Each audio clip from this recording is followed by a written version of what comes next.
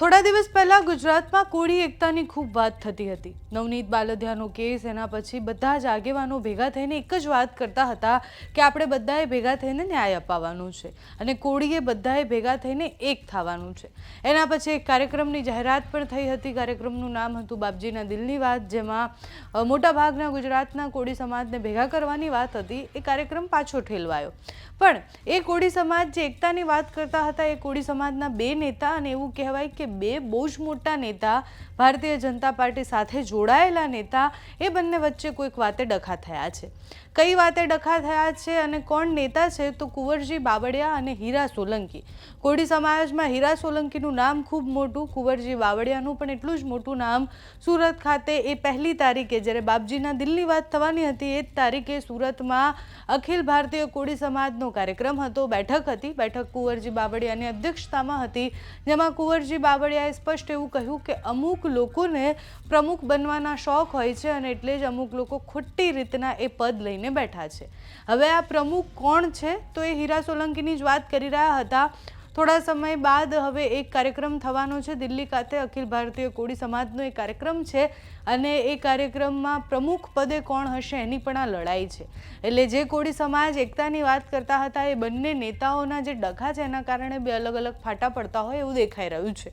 હવે આના ગણિત અમે નથી સમજાવી રહ્યા। કોળી સમાજના જે એક આગેવાને વિડીયો મૂક્યો છે અને અશોક મકવાણા એમનું નામ છે, આગેવાન સમજાવી રહ્યા છે કે કુંવરજી બાવળિયા અને હીરા સોલંકી વચ્ચે કઈ વાતનો ડખો થયો, કોણ સાચો પ્રમુખ છે અને કેમ સમાજ અત્યારે બે દિશા તરફ આગળ વધી રહ્યું છે।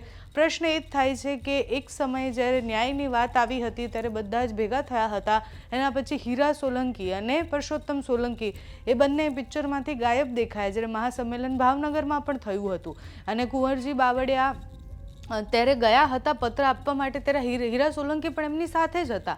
એટલે આ બધા જ નેતાઓ એક સાથે એક મંચ પર થોડા સમય પહેલા જ દેખાયા હતા અને એના પછી આ ડખાની કહાની શરૂ થઈ છે। તો કુંવરજી બાવળિયાએ કહ્યું, એના પછી હવે જે આગેવાન કહી રહ્યા છે તે સાંભળો। જય કોળી સમાજ, હું આપનો અશોક મકવાણા ઉર્ફે મામસી, ભાવનગર જિલ્લા યુવા અખિલ ભારતીય કોળી સમાજના યુવા મોરચાના પ્રમુખ।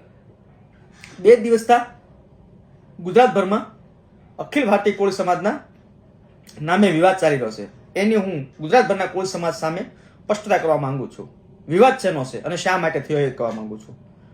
વિવાદ એટલા માટે થાય છે કે 6 તારીખે સપ્ટેમ્બર મહિનામાં આવે, સપ્ટેમ્બર મહિનામાં 6ઠો મહિનામાં કે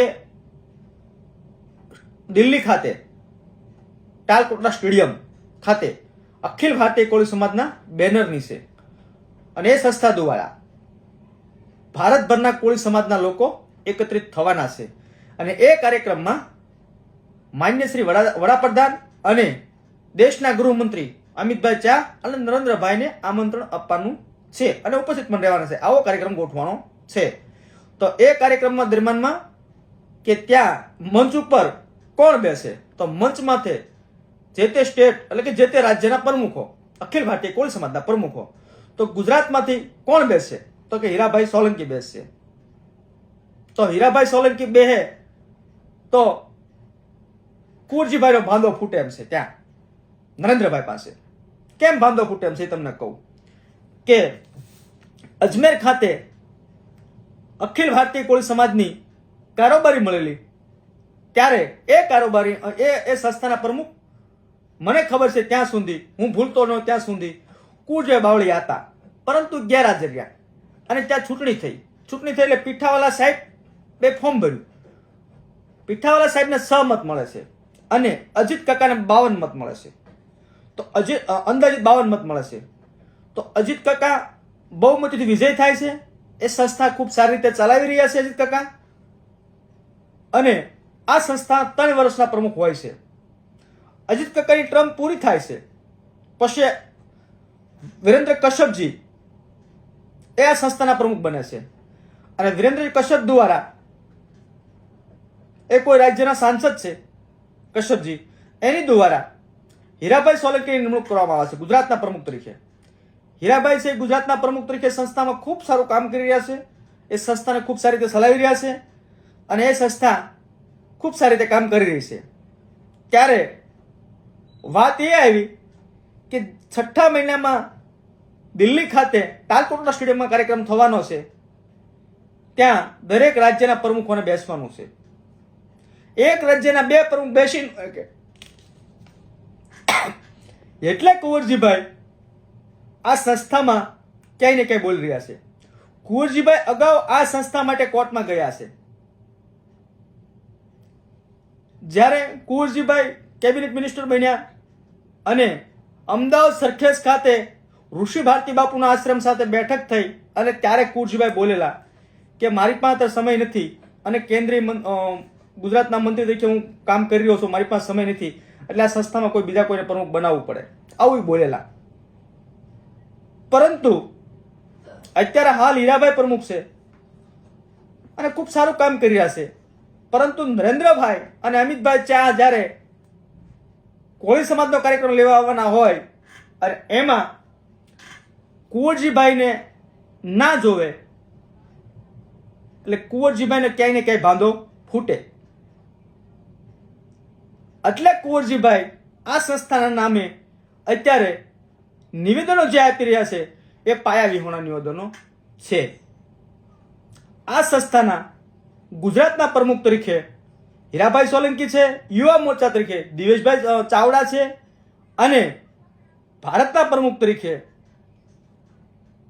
કશ્યપજી છે, આ સંસ્થાના પ્રમુખ. અને વાત રહી હીરાભાઈની, તો હીરાભાઈ તો આ સંસ્થાને લઈને કોર્ટમાં ગયેલા છે. જે તે સમયે હજી કોર્ટમાં એ બધું પેન્ટિંગ ચાલે છે.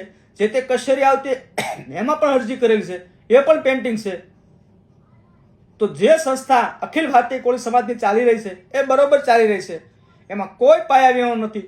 કુંવરજીભાઈ તો કોર્ટમાં ગયેલા છે, પરંતુ એને કે અમુક જિલ્લાની નિમણૂકો આપી છે એ લેટર પણ અમારી પાસે છે. એ કોર્ટમાં ગયા એ પણ અમારી પાસે છે અને મતદાન થયું એ પણ આંકડા અમારી પાસે છે, સાહિત્ય સાથે છે. અમે આમાં ક્યાંય ખોટા હોવી તો અમારી માથે ગુનો દાખલ કરવો જોઈએ. અમે કોર્ટમાં લઈ અને સમાજમાં લઈ અને અમે આપની વચ્ચે આવશું. સ્પષ્ટતા એટલે કરું છું કે 2027 નજીક આવી રહી છે અને નરેન્દ્રભાઈ અને અમિતભાઈ ચા એ તાલકોટડા સ્ટેડિયમ 6ઠા મહિનામાં કોળી સમાજ વચ્ચે આવી રહ્યા છે. એટલે ભાંડા ફૂટવાના છે અને 2027ની વિધાનસભામાં મામારું હોટ બેગ છે એવું બતાવવા માટે સુરત ખાતે જે કોળી સમાજની બેઠક મળી છે એ બેઠકમાં જે ગુજરાત સરકારના મંત્રી અને પૂર્વ અખિલ ભારતીય કોળી સમાજના પૂર્વ રાષ્ટ્રીય પ્રમુખ જે નિવેદન આપ્યા છે એ નિવેદન અમે સ્પષ્ટ ખોડી રહ્યા છીએ. અને જરૂર લાગશે તો અમારા ગુજરાતના યુવા મોરચાના પ્રમુખ દિવેશભાઈ ચાવડા સૂચન કરશે તો અમે બધા ખુલ્લીને બહાર આવવાના છીએ. આજે છે વિડીયો એ ખાલી સ્પષ્ટતા કરવા માટેનો વિડીયો છે. કોઈની લાગણી દુભાણી હોય તો માફ કરજો. હકીકતે આ છે, સત્ય આ છે અને કંઈ પણ ખોટું હોય તો મેં અગાઉ પણ કીધું છે અમારી માથે ગુનો દાખલ કરજો. અમે બધું સાહિત્ય લઈને આવવા તૈયાર છીએ.